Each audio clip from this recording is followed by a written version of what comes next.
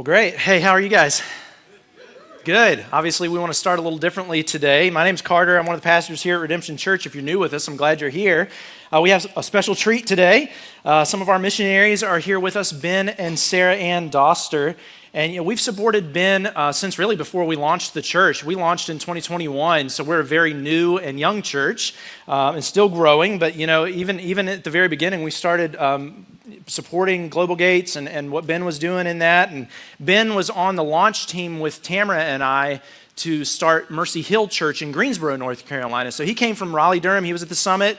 Came with us to Greensboro on the team of about 30 people to do that. And Mercy Hill's blown up to like over 3,000 people now. And we sent Ben out, and he went and helped launch another church in Charlotte, North Carolina called Mercy Church. And he's just been all over the place. So I can't wait to hear more about his story and let him share that with you. But Sarah Ann is new to the picture for me because they just got married a couple of months ago. Can we give it up for them? That's very fresh for them. Just got married, and we're excited for them. I'm excited to see how God's going to use them together in the mission. But we just thought it would be really beneficial for our church today if we just heard from them for a couple of minutes before our sermon and see how God's used them in the mission and what he's doing in their life and how we can continue to support them. So thank you guys for being here. I really appreciate having us. Yeah, absolutely. This is a treat. Why don't you guys give us the 30-second version of like who you are, where you come from, maybe even how you got involved in missions and all that kind of stuff. If you want to give us that lowdown there. Yeah. So like Carter said, my name is Ben Doster. This is my wife Sarah Ann Doster, and we've been married for 2 months. I've been on staff with Global Gates for 4 years now, starting in Charlotte, and then God took me to Houston. And he brought me back here to the East Coast, to North Carolina, to be closer to my family with some health things going on. And in that whole process, God brought Sarah Ann and I together. But it was just crazy. We had a prayer coordinator. I had a prayer coordinator who's a friend of hers too. And she just introduced us. She wasn't trying to match us. And we went and had coffee to discuss work, life, ministry, missions opportunities in Raleigh. And we're having coffee, and I'm like, what's going on? Who is this person? How can I get to know her? So asked her out on a date later that night. And she said yes. She said yes. Wow. Yeah. That's great. So it's a miracle all the time. Anytime a guy does that, it's a miracle for the woman to say yes. Yeah, he was very bold and said, can I take you on a date? That's great. Yeah, I'm not recommending anybody to listen to Eminem or his music, but I felt the Lord say, I don't know if it's the Holy Spirit or what, but I said, you got one shot, one opportunity. Don't let it slip. That's right. Holy Spirit used an Eminem. Don't listen to Eminem, but Okay. he can use anything. He can speak through anybody. That's exactly. Don't read the story of Balaam. He used a donkey to speak to Balaam. That's exactly right. Where'd you guys grow up? I'd love to hear a little bit of backstory just for a couple That's seconds. a good question, man. I've been all over. I was born in Chicago, spent time in Winston-Salem, North Carolina, Little Rock, Arkansas, Southern Maryland, back to North Carolina. So, yeah, kind of all over. I'm from Savannah, Georgia, and born and raised, so they call that a Savannian. That's weird. And then I ended up moving to Brunswick, Georgia, near St. Simon's on the coast. So I'm a coastal girl. Okay. And I was actually introduced to missionaries for the first time when I was living in Brunswick, Georgia. Okay. And when I was living there, they went all over the world to like Thailand, Bangladesh, Mauritania. And I started hearing from missionaries who actually went all around the world and was actually reaching the unreached in Florida. Oh, cool. And my heart was ignited for missions, and that kind of jump-started my heart for missions when I was in college. Yeah. And then I actually ended up moving to North Africa, reaching the unreached in North Africa for 5 years and learning the language. Came back home, and then 2 years later, I met Ben, and we really decided we wanted to go on mission together because separately we had a heart for missions, and then we were like, hey, let's do this thing together. That's pretty cool. Yeah, man. Yeah, you can't ask for more than that. That's very exciting. Amen. It was really cool. So maybe you can give us the story behind what drove you to missions as well. But I'm really interested for you to share your story as to how you started having a heart for the Muslim peoples of the world as well. I think that was really cool. So if you want to go first, and then you can jump in after that. Yeah. So, like Carter said, being a part of Summit, being a part of Mercy Hill, Mercy Church, those are gospel-centered churches that just have a desire, and like Redemption, just have a desire to not only reach our city, but to also reach the ends of the earth, to reach the nations. And when you're part of a church that's just preaching the gospel, challenging the people to obey the Great Commission, it's just hard not to get caught up in that. It just gets down into your soul, doesn't it? Yeah, and the Lord uses it, and I had opportunities to go overseas short term, and then one of my friends, he was a missions pastor at our church in Charlotte, or at my church in Charlotte at the time, said, "Hey, will you take a team from our church to spend some time with our friends up in New York with Global Gates?" And that was 2018, and I saw him move in mighty ways, in ways I'd never seen him move before. And I get back, I'm like, well, how do I go back to life as normal? And so that began a process of exploring more and more what would it look like for me to use the gifts and abilities. Carter's about to preach on talents, and I had a background in media and journalism, and I love to write. And I saw that Global Gates needed somebody to help with communication. So I'm like, man, this is, how can I use my gifts as a writer to advance God's mission and what God is doing with Global Gates? So That's really cool. yeah.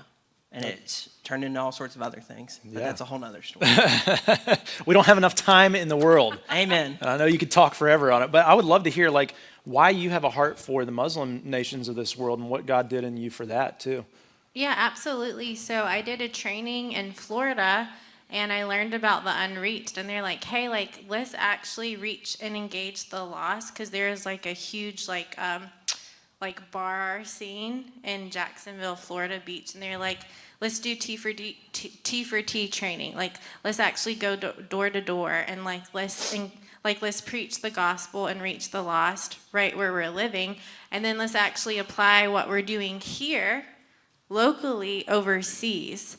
And so I had the opportunity to go on a 2-month short-term trip to North Africa, and it's 99% Muslim, like 0.1% Christian. And I was like, wow, there are actually people in the world who have not heard the gospel, like actually haven't even had the opportunity. And getting to go and see the need, I was just like, wow, I really want to go because I see a need. Yeah. Well, I thought it was really intriguing that one of your friends growing up too was Muslim. So if you wanted to share a bit about that. Yeah, when I was in high school, one of my dear friends was Muslim, and it was kind of taboo to befriend Muslims, back then. And I was like, I'm going to give it a shot and just see what it's like to befriend this Muslim girl. And she became a dear, dear friend. And she was like, come to my house. And I went to her house, and she actually showed me hospitality. And so she brought cookies and tea, and she said, it's your first time to my home. Here's a whole cake. And so just getting to see that kind of hospitality, just walls and just even like judgments that I had just started to melt. And I was like, I love Muslims and I want them to know Jesus. And it happened organically through just having a friend in high school. Yeah, that's really cool. I think that's super special. God uses the relationships that we have to start that kind of process in us. So Absolutely. it's pretty neat. Yeah. So how did you get connected with Global Gates, and kind of give us a rundown of what Global Gates is all about too? So it was funny. Summer after I graduated, right before Mercy Hill, our launch team. Help him out. I need all the help I can get. Before Mercy Hill started meeting as a launch team in their apartment, actually, which was, we got all sorts of fun memories there. Ben's known us for a long time. Okay, Yeah, I knew him when he had a faux hawk. Don't tell anybody that. They don't Okay, want to. so that's grab me I later. was super cool back then. Yeah, he was. He still is. But that was 2011, and Global Gates hadn't even officially incorporated as an official organization yet. That happened the following year in 2012. But we go up there, and that was my first time really encountering an unreached person, and just God showed me like, hey, this person's going to spend eternity separated from him, apart from a radical move from the Holy Spirit in his life. Wow. And so that just, that messes with you. Right. And so 7 years passes, and to 2018, I get that opportunity that I just mentioned about taking a team from Mercy Church up, and it was like coming full circle. and got reconnected with Global Gates through that, and just had an awesome time. And through my communications role, and then eventually transitioned to Houston to go through their Pathways training, which is a 9-month missionary training. So what is Global Gates? Let's just make sure everybody's on the same page with what they do, what you guys do together as an organization, and what it's all about. Yeah, so our organization is focused on reaching the ends of the earth through global gateway cities. And if you think about, I'm not going to make the same faux pas that I made out there. I said Paul wrote Acts. He didn't. He did not No, write Acts. thank you for helping me out there. But Luke, the writer of Acts, talks about in Acts 17 how God ordains, it's verses 26 to 27, how God ordains the times and places where people live so they can reach out to him and find him, and he's not far away. Right. And so he has brought some of the world's most unevangelized people to our cities, even here to Roanoke. Right. I sent Carter all sorts of information where mosques, Hindu temples, Sikh gurdwaras, Buddhist wats, these places of worship, these restaurants where they shop. And you don't have to go far to find the nations around you. They're right here where you live, work, and play here in Roanoke. Right. And Global Gates, that's our heart, that's our vision, to reach the ends of the earth through Global Gateway cities. And because these people are coming here, and Muslim, Hindus, Buddhists, Sikhs, Jewish peoples, and they have never heard the gospel. And some of them are coming from places where it's against the law to share the gospel. And there's not a gospel witness or a church where they can hear the good news in a way that they can understand it. There's not a church there. There's not someone who can share the gospel with them. And we have easy access to go engage them. And many of those people are maintaining that line of communication, that hub of communication with their family, friends, and loved ones back in their ends of the earth communities, back in their homelands.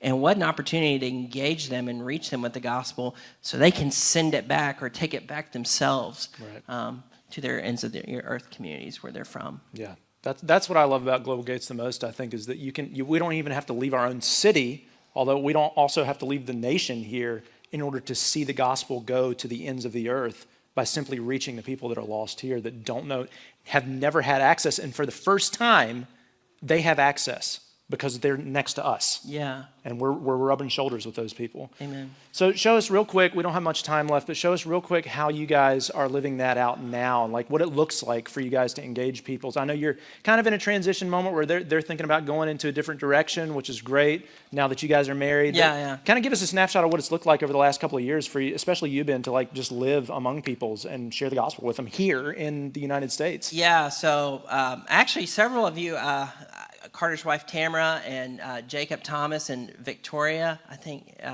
Victoria and Katie Yep. Came from y'all's church to spend a week with me in Houston last year, and we had a wonderful time. And we were working with our missions team that engages Afghans in Houston. But I was actually, when I went through the Pathways training, our 9-month missionary training with Global Gates, I lived among Bangladeshi Muslims.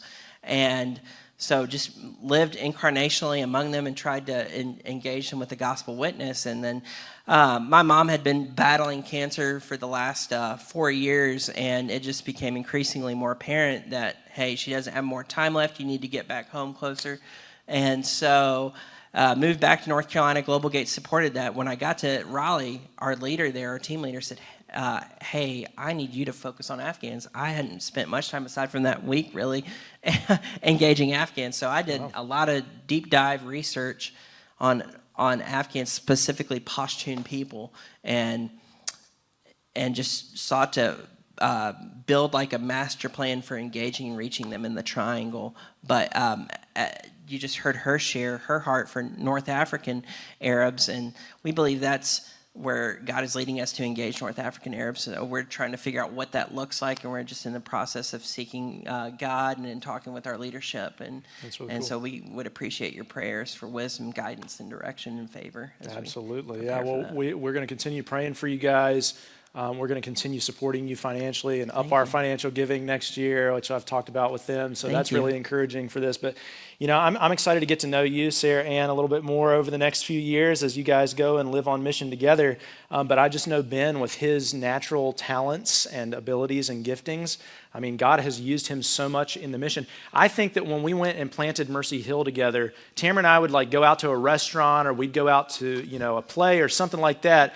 And every time we would say, oh, this is an opportunity, we get to like talk to this person and engage them and invite them to Mercy Hill.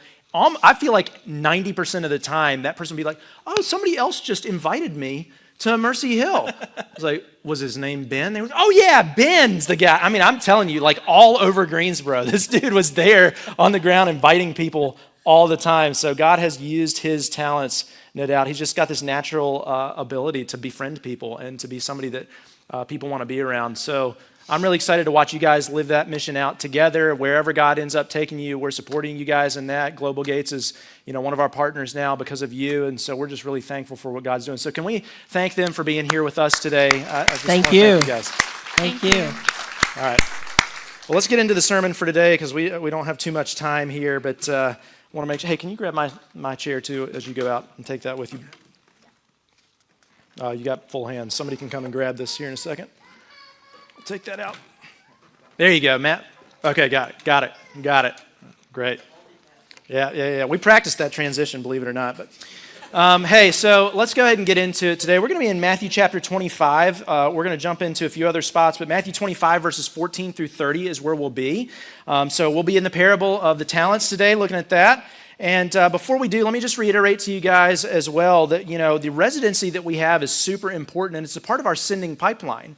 One of the reasons why we partner with people like Ben, one of the reasons why we have a residency is because we want to mobilize you to go and lead people to Jesus. We want to mobilize leaders to make disciples. That's what we're all about here, and our residency is a part of that. You can see a trend here with people wearing the residency shirt today. We want to give you guys hands-on experience in ministry and a growing church and a supportive environment if you want to join that residency with us.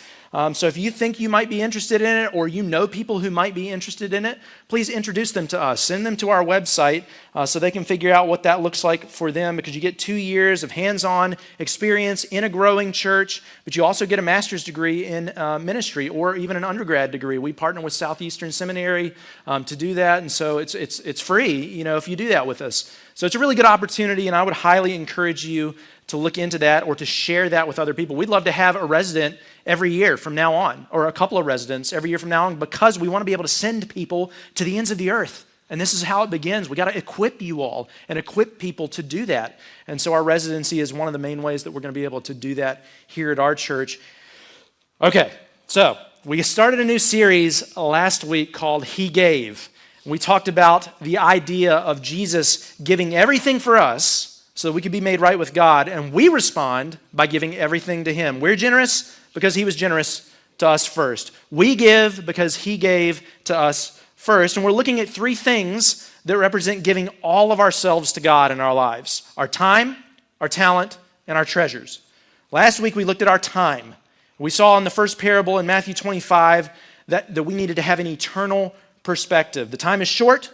We can't get time back. Time, you have to spend time. You can't keep time for yourself. You can't earn more time. So you got to use it wisely. And you want to use your time to glorify God because it's His anyway. He's given it to you, and He's given time to us so that He can use it through us. He's given it as stewards so we can use it for His purposes and His mission in the world and have that eternal perspective in our lives now. Well, this week, as we delve into talent, you'll see a theme emerge over the 3 weeks here. Because our main point for today, if you're taking notes and you want to write this down, is that God gave talent to you so that He can use it through you. There we go. That's good. Okay, that's good. So talent in our parable for today is actually a sum of money. Technically, it's a unit of weight for money. They would have their money in units of weight for gold, silver, things like that. And so a talent was known to be about 20 years worth of income. Like a normal average income, 20 years worth of wages. That's a lot of money for one talent. And before you get worried and wonder that we're going to talk about giving money for the next 2 weeks here, not just next week with treasure, but today, I won't talk about money today. We'll talk about treasure next Sunday. But today we're looking at how God has gifted us with certain talents or abilities or skills or aptitudes, specific activities in our lives, or given us proclivities in our lives. But our modern word talent actually comes from this parable. So the reason that we use the word talent the way that we do for abilities and skills today is because of this parable. I actually looked this up, and every source that I looked up on this said the same thing. Maybe this is interesting to some of you guys who are geeks like me on this stuff, but a talent started as a sum of money, yes, But then in the early Middle Ages, the word talent began being used to describe things that you could purchase with your money. So for some reason, it started to shift. And then over time, it began to figuratively refer to what you'd been given in your life to manage or to steward. So by the mid-15th century, it began to take on this meaning that we use today, a natural endowment or giftedness that you've been given to steward for a larger purpose in your life. And it came from this very parable. If you look it up in Merriam-Webster Dictionary, their etymological paragraph about why talent is, the word that we use, it says that it comes from this parable, and they quote Matthew 25. It's from the parable of the talents. So that's why we use the word. So in modern times, your talents are those abilities God has given you that just come naturally. They're things that you can do without trying too hard. Don Clifton, who is the founder of Clifton StrengthsFinder Assessment, said this about talents. He said, "They're naturally recurring patterns of thought, feeling, or behavior, the innate natural abilities that you can productively apply." So for example, my wife can read really fast. Okay, she'll read a book in just a couple of days, depending on what the book is. I can listen to a book in a couple of days, depending on what the book is. I listen on 1.5 speed, or maybe 1.75 sometimes, depending on what the book is. So I can do that. Maybe that's a skill or talent. But she can read books so fast. I'm so jealous. Now, maybe it means she's way smarter than me, which is probably true. She's probably much smarter than me. I think it's just a natural gifting that she has. It's a natural ability. She has an aptitude for reading quickly. And it's funny because there was actually a study done in the 1950s that Don Clifton based his research for StrengthsFinders on. It was this study on speed reading, oddly enough. And there were two groups of people in this study. One that had a low to average aptitude for reading, 90 words per minute, and the other one who already had an aptitude or skill for reading faster at 150 words per minute. And they both went through this speed reading program, same program. It was really interesting because both groups, as they went through this program, the average group went from 90 words per minute to 300 words per minute. So the program worked. It's pretty incredible. That's a huge jump from 90 words per minute to 300 words per minute. So it worked for them. But listen to this. The ones who already had the aptitude for reading at 150 words per minute, they went not to 300 words per minute, not to 500 words per minute, not to 1,000 words per minute. They went to 2,900 words per minute. Exponential increase. It's because they already had a natural gifting, a natural talent to read fast.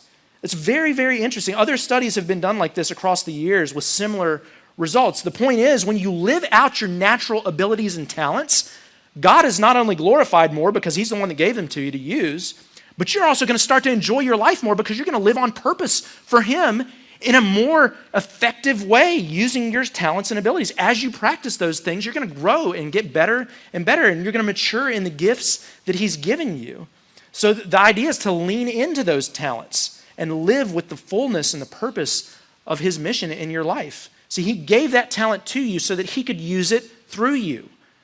And then the task is to leverage those talents for him every day now in an effective way. So let's go ahead and see what Jesus' parable of the talents has to teach us about this. We're going to start here in Matthew chapter 25, verse 14. It'll be on the screens if you need it. This is what it says. This is Jesus teaching. He said, "For it's just like a man." What is just like a man about to go on a journey? The kingdom of heaven. He's talking about that eternal perspective we started last week. "For it's just like a man about to go on a journey. And he called his own servants and entrusted his possessions to them. And to one he gave 5 talents, to another 2 talents, and to another 1 talent, depending on each one's ability." That's an interesting detail. "And then he went on a journey, and immediately the man who had received 5 talents went, put them to work, and earned 5 more. In the same way, the man who with 2 earned 2 more. But the man who had received 1 talent went off, dug a hole in the ground, and hid his master's money." Now, a quick explanation of this. It's a similar type of parable to what we saw last week, right? We saw last week the groom was delayed in coming for the wedding feast, and there were some wise bridesmaids and there were some foolish bridesmaids. Well, in this one, the master goes away for a period of time, and the servants are waiting on him to return. So it's a similar situation. In both, we got people who are waiting either in a wise way while they're waiting or a foolish way while they're waiting. But in this parable, we have 3 servants that are waiting. And I really think this is an important thing to note here, that he gives them talents proportional to their abilities. That's what it says here, right? So that implies that the master knows them really well. And he knows what he can entrust and to whom and how well they're going to be able to take care of it. So he gives one 5, he gives one 2, he gives one 1. And it proves true over the course of the story because the one who got the most, he produced the most, right? And then to the servant who got 2, he made double his 2 as well. But to the one who received the least amount, he did the least with it. That's really interesting here. Verse 19. After a long time, the master of those servants came and settled accounts with them. And the man who had received 5 talents approached, presented 5 more talents, and said, Master, you gave me 5 talents. See, I've earned 5 more talents. So you can almost hear the excitement in his voice, right? He's excited to meet the master because he's able to surprise the master with more money than he'd been given. He's like, look at what I've done. He's really excited to share it with him. In verse 21, his master said to him, well done, good and faithful servant. You're faithful over a few things. I'll put you in charge of many things.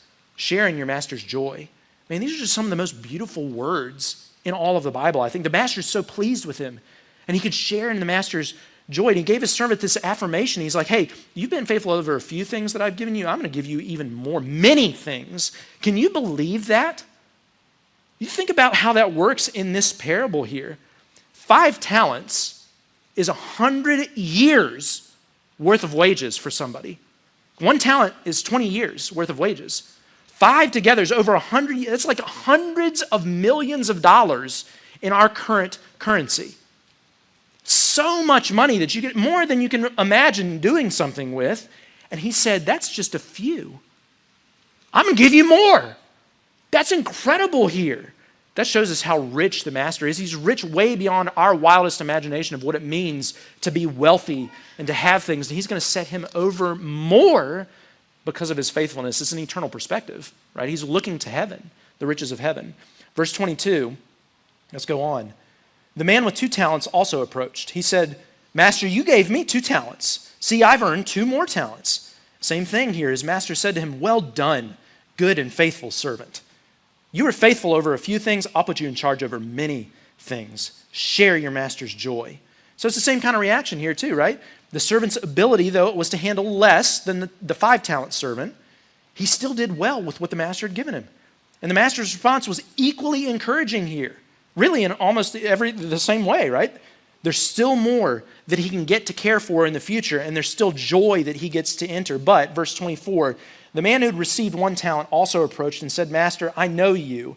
You're a harsh man, reaping where you haven't sown and gathering where you haven't scattered seed. So I was afraid and went off and hid your talent in the ground. See, you have what is yours. And his master replied to him, you evil and lazy servant. If you knew that I reap where I haven't sown and gather where I haven't scattered, then you should have deposited my money with the bankers, and I would have received my money back with interest when I returned. So take the talent from him and give it to the one who has 10 talents, for to everyone who has, more will be given, and he will have more than enough. But from the one who does not have, even what he has will be taken away from him. And throw his good-for-nothing servant, this good-for-nothing servant, into the outer darkness, where there will be weeping and gnashing of teeth. It took a turn, right? It went from like being in the master's joy, being really happy, seeing awesome things happen to, whoa, there's outer darkness, there's weeping and gnashing of teeth. That ain't good, okay? I'll just tell you that. If there's weeping and gnashing of teeth in my household, something's gone terribly wrong with someone, okay? There's discipline that's occurred, there's frustration, there's anger, there's bad feelings, whatever it is. Weeping and gnashing of teeth is not a good thing. And in this case, we see that happening because the master has condemned this servant, not for the bad things that he's done. He's condemning the servant for the good things he didn't do. Uh-oh. It was a matter of investment for the master here. See, the master had given the servant a talent, and the servant buried it. He didn't do anything with it, and he didn't invest or leverage it for the master's return. And the servant was held accountable for that when the master returned. And of course, I hope you can see where we're kind of going with this for us, because God has gifted each one of us with talents, either 5 or 2 or 1 talents, figuratively speaking, of course. And we're to leverage what he's given us for his bottom line, for the sake of the master's return. Yeah? And his bottom line really is not money, but his bottom line is the mission to save every tribe, tongue, and nation in the world. It's to save the whole world and reverse the curse over all creation. That's God's bottom line that we should be working toward. So that means, and you can write this down as our first point for today, we should leverage our talents strategically for God's purposes and mission. It's a mouthful, it's not sticky, but it's very clear. That's the meaning of the parable here.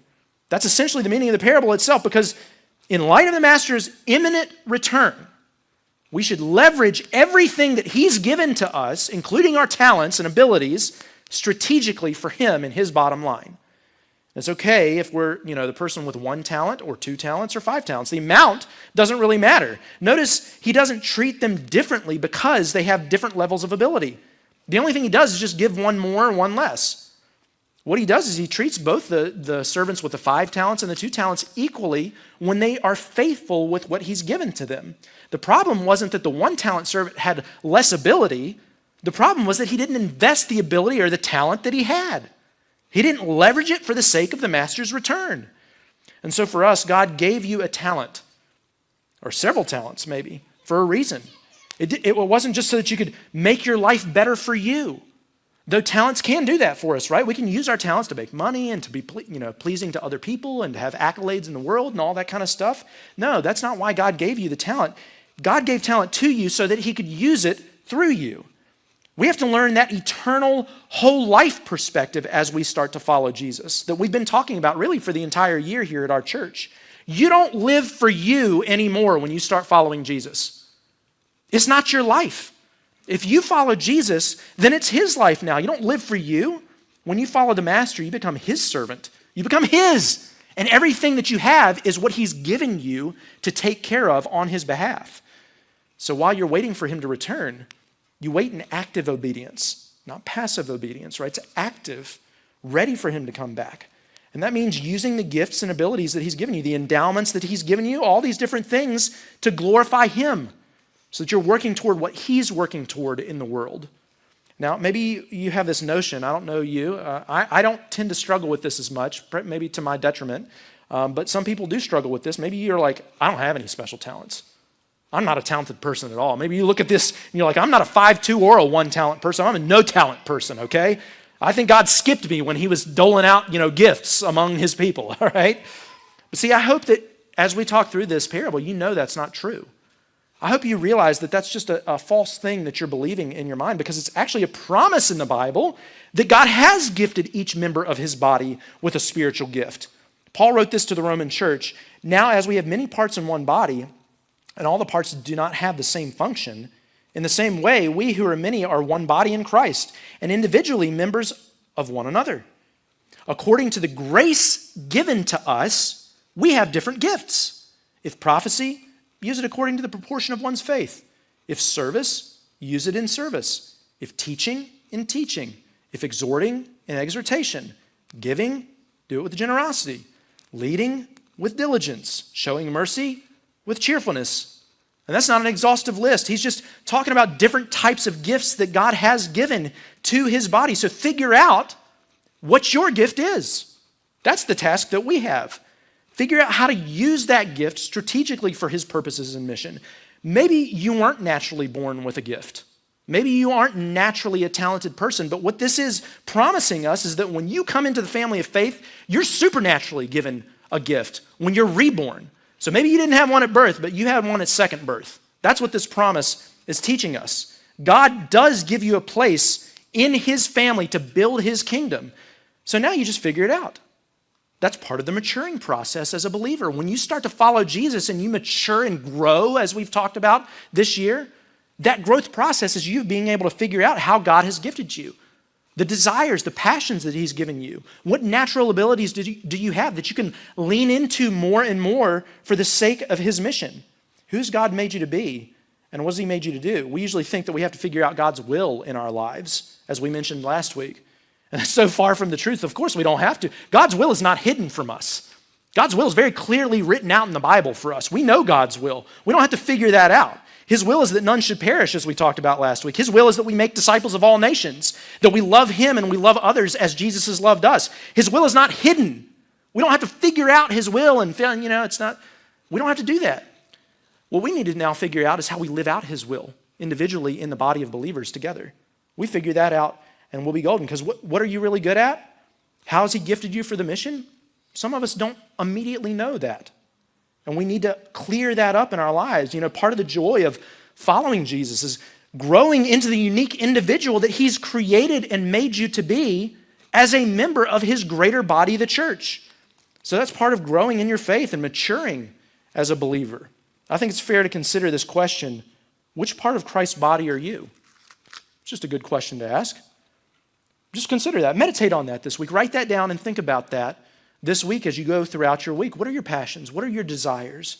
What do you tend to do well? What have people told you that you do well? Do you sing well? Do you teach well? Do you have a gift of hospitality and bringing people in? Do you have a gift of serving others? Do you have a gift of administration or thinking strategically? Do you have a gift of executing things really well? Are you a doer and you just like to do stuff all the time? You can get things done. Maybe you have a gift of even like generosity. That's what Paul mentions in his list. That's a really interesting gift that he mentions there, right? Maybe God's gift to you is that he's given you more money than most so that you can be more generous with it than most. And you know that you have that as a gift usually when you like giving your money away, right? That's a gift, right? All the rest of us who don't have that gift can attest that if you like giving your money away, that's a gift from God. You have the gift of generosity. But see, there's literally an untold number of things that God could have gifted you in. Now it's up to you as you mature to realize what that is and to lean into that for his glory and get better and better at it and be more and more useful and more effective in the mission with the rest of the body of believers. And if you don't know what your gifts might be, man, there's a ton of things you can do to get to know yourself better. I love the Clifton StrengthsFinders assessment. Obviously, this sermon is brought to you by Clifton Strengths. It's your sponsor for today. But see, you could do something like that. There's all kinds of like tests out there, spiritual gift tests. Some of them get a little weird, so be careful with what you're looking at, all right? But stuff like Clifton StrengthsFinder is great stuff, Take some quizzes. Try to do new things to pique your interest and see if those are things that you're gifted in or you have a desire toward. Do something to be more self-aware in your life so that you can glorify God in the talents that he's given you. But I think the most important thing, certainly, that you can do to realize your giftings is just be around other members of the body. The hand doesn't have to say to the leg that it doesn't know what to do. Because it's connected to the body, it has its place and it knows, right? And so once you get connected with other believers, you're going to start to be able to tell how God has gifted you because he's gifted each one of us in different ways. So you can write this down. Find your gifts by letting others speak into your life. Find your gift or gifts by letting others speak into your life. If you don't know what part you play, then let others who've gotten to know you speak into your life in that way and give you a better idea of that. They can't definitively tell you what your gifts are. You're not like letting somebody direct your life for you. What you're doing is you're just gathering the information and seeing where the overlap is because those people might see something in you that you don't see, and that's usually how giftings work. Like our ministry resident, Matt, for example, okay? He took the Clifton StrengthsFinder assessment because we do that with all of our staff. Yes, I know. Again, that's our sponsor for today. And he took the test, and he has positivity in his top 5 strengths. Well, he didn't. That's right.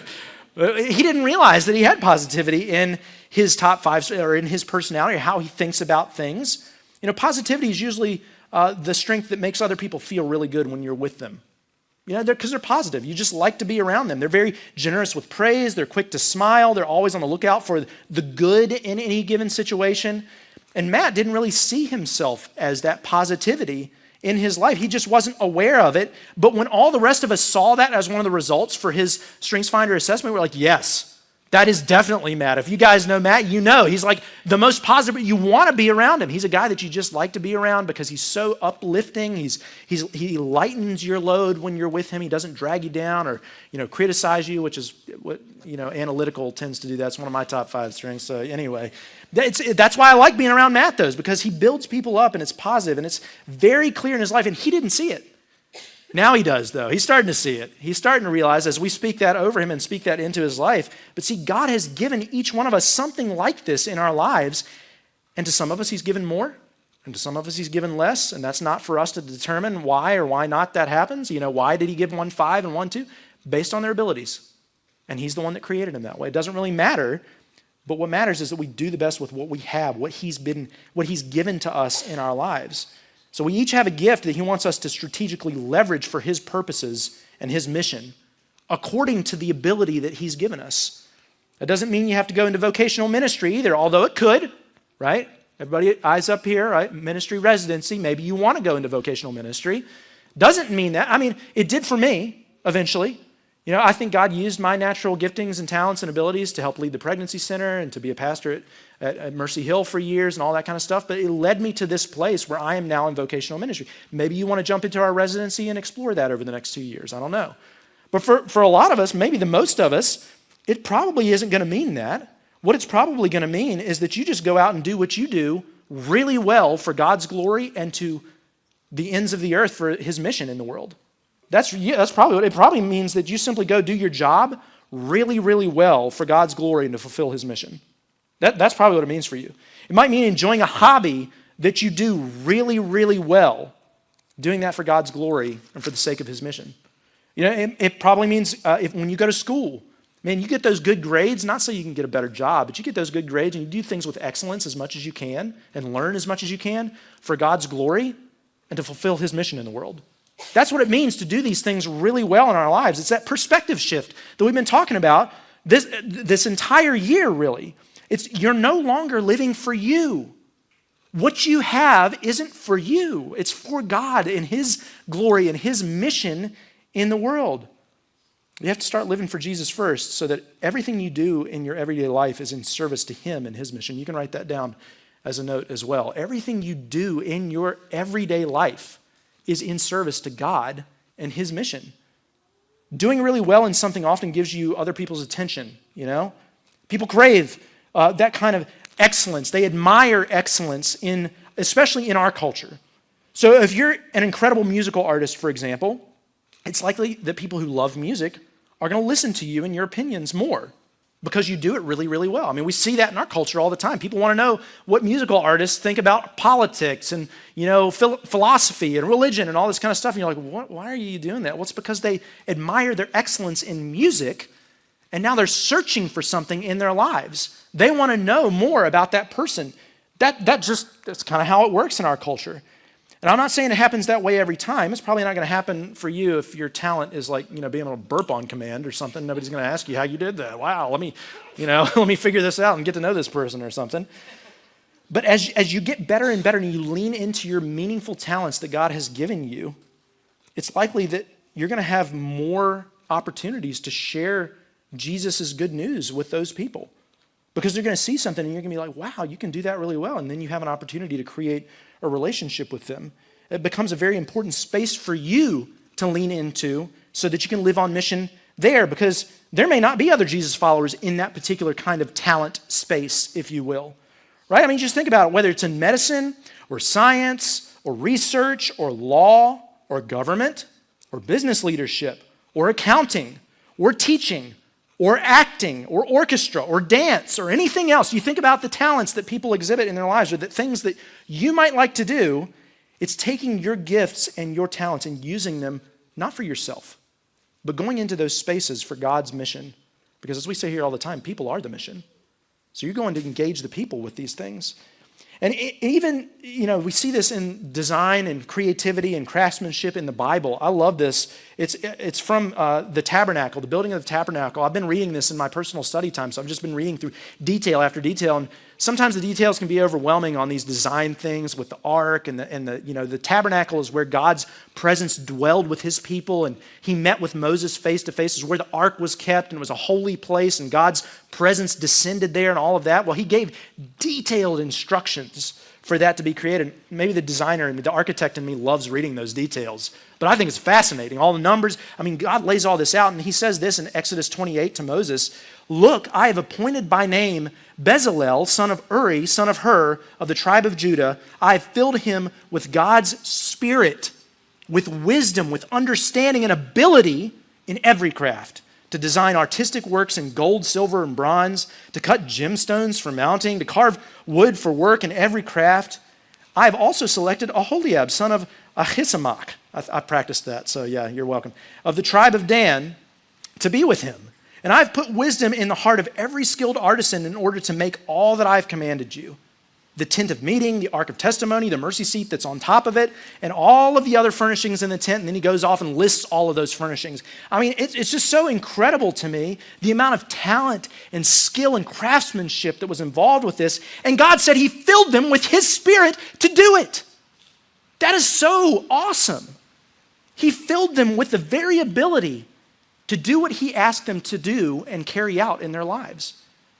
And you might say, yeah, but that's for the literal place where God dwelled with his people. He's not going to do that with me and my small little talents that I have and the ability to write or the ability to talk or whatever it is. And my response would be what Michael Scott says to Toby in the office, okay? Who do you think you are? What gives you the right? You know? It's like, but the opposite of what Michael Scott meant for that, okay? It's like, who do you think you are? You're God's holy temple. That's who you are. Because Jesus is God's perfect temple and you're in Christ. So yes, he's given you the ability to worship him and to glorify him in this world. Who do you think you are? You're one of God's chosen people now. You're in Christ. That's your identity. So of course he's given you these special abilities and skills to carry out his mission in the world. Don't you think otherwise? That is not true if you think that. See, if you have the Spirit in you, he's given talent to you so that he can use it through you. Don't waste any more time thinking you're not talented or making excuses for yourself or anything like that. Figure out what your talent is and get after it, man. Let's do it for the glory of God in this world so that you can live with purpose and meaning. Because here's one of the key points from the parable. We actually have to do something with the talent or talents that he's given us. We can't just bury them. That's part of the problem with the one talent servant, right?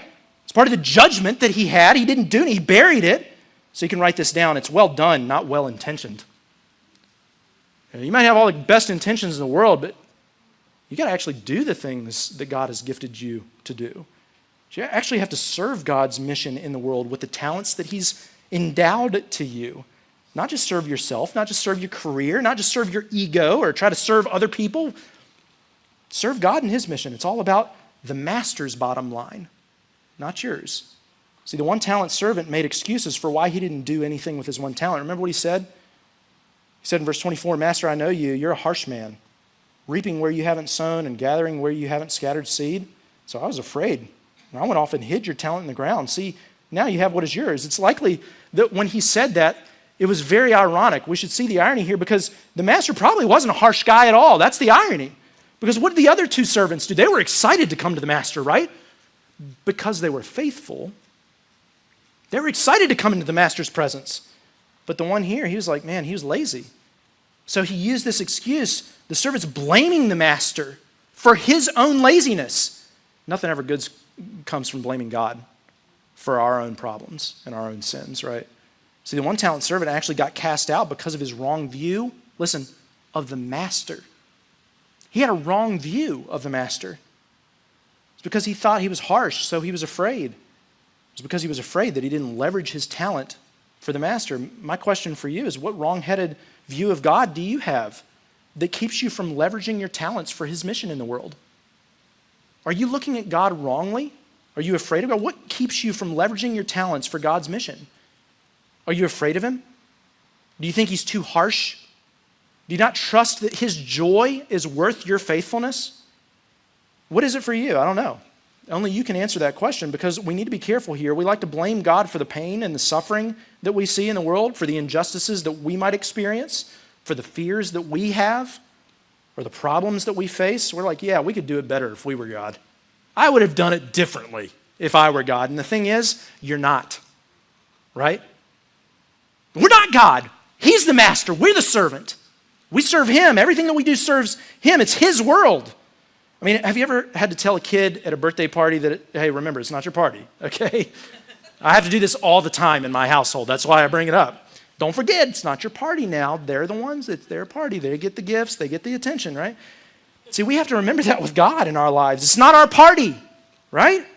It's his. And whether we like it or not, he will come to settle accounts with us.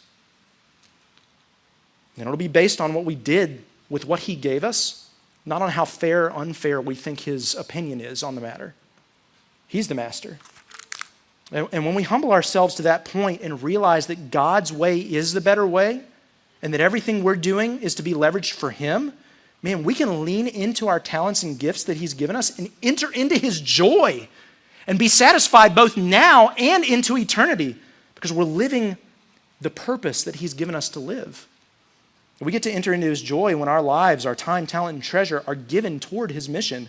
That's different than what you normally hear with easy believism in American Christianity. Oftentimes we hear this kind of prosperity type of thing that, man, if you just believe and you have the faith, then you'll get what you want. You'll get God will bless you with everything that you need, right?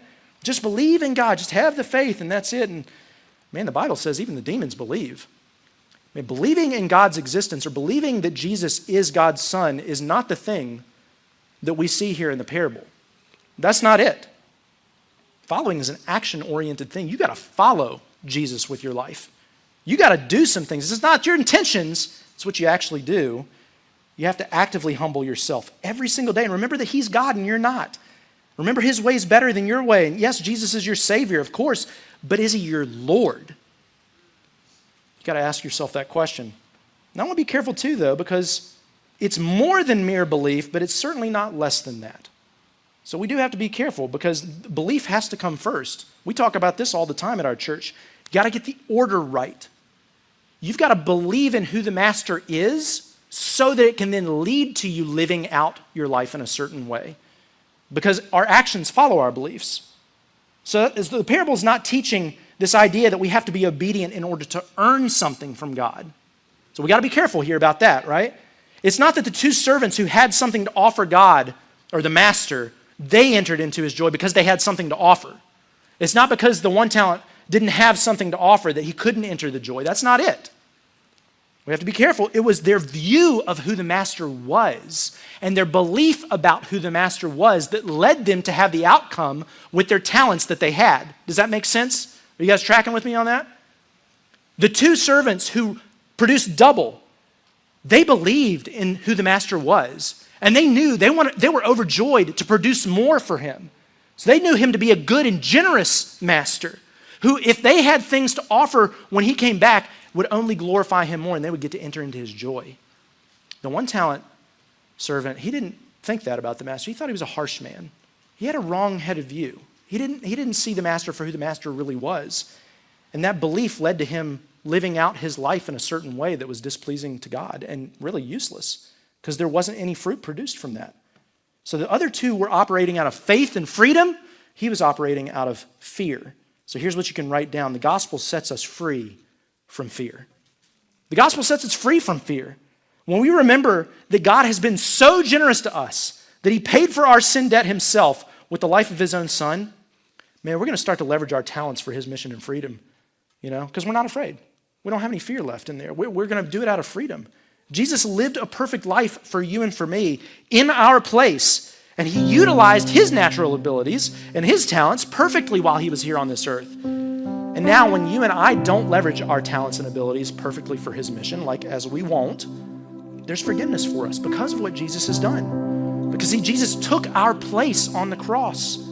He lived the life we should live, but then he died the death that we deserve in our place. We deserve that being cast out. We deserve the weeping and gnashing of teeth because we have squandered what God has given us. And we have seen the master wrongly. We thought it was our party. It's really his. But see, the beauty of the gospel is that he comes in and he says, listen, I know how wicked you've been, servant. I know your wickedness. I'm going to lay my life down to pay the debt that you owe me. That's what Jesus has done for us. He's paid our sin debt. So it does start with belief. It starts with faith in him. But then when we have faith in what Jesus has done for us, then we're going to start to live a different way because our life perspective is going to change. It's not just this religious thing. We just go to church and we read our Bible and we say we pray and we don't cuss or do anything bad, It's not that. It's a deeper thing in your life. It's a heart desire to please the master when he returns. There's a different motivation there and a different view on life. And if you don't have that view, I'm here to tell you, you're just not a Jesus follower. That's what a Christian is. Just don't call yourself a Christian. That's really what it boils down to. Man, if you just want to go to church, you want to be a religious, moral person, call yourself a moralist. That's great. You believe in God, fine.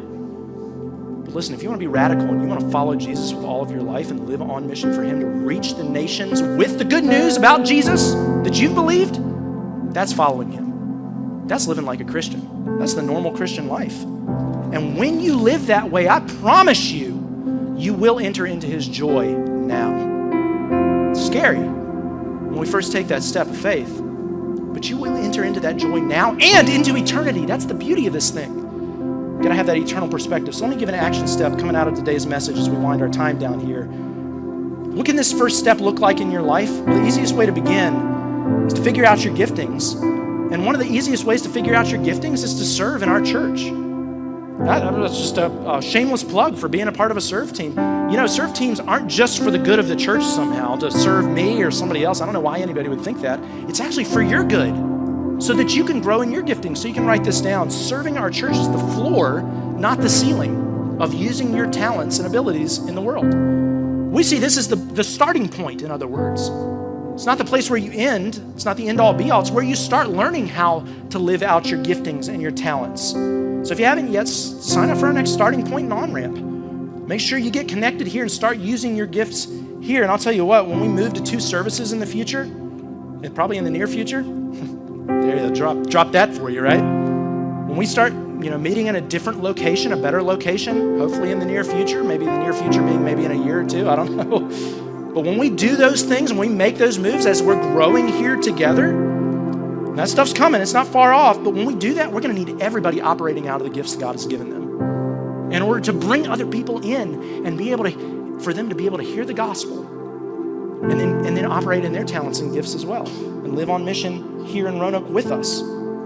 It's like a merry-go-round is how I kind of think of it. You guys remember merry-go-rounds and playgrounds? They're the ones that, when you're everybody's like pushing it to go faster and faster, and then you try to jump onto it and hold on for dear life, and then you jump off and you go faster and faster. When you have somebody else who wants to come up and play with you at the playground, just put yourself back in that position for a minute. Do you want that person to help to like slow the merry-go-round down when they start playing with you? No. You want them to push faster and faster too, and if you can get 4 or 5 people around that thing, you guys are going to start flying, right?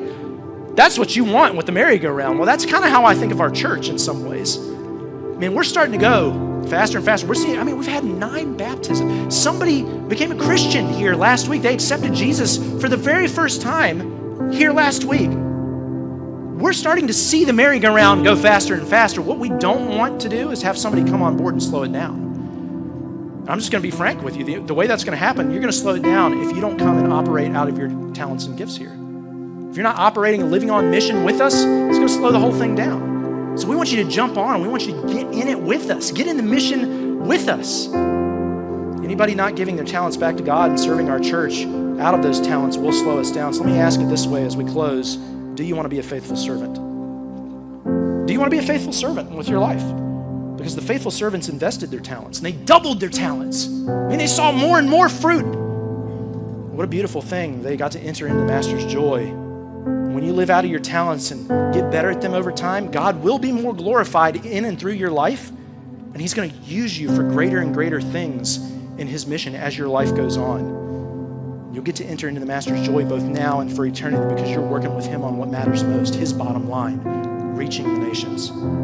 So let's pray. God, thank you. Thanks so much for listening with us today. We hope that it was an encouragement to you.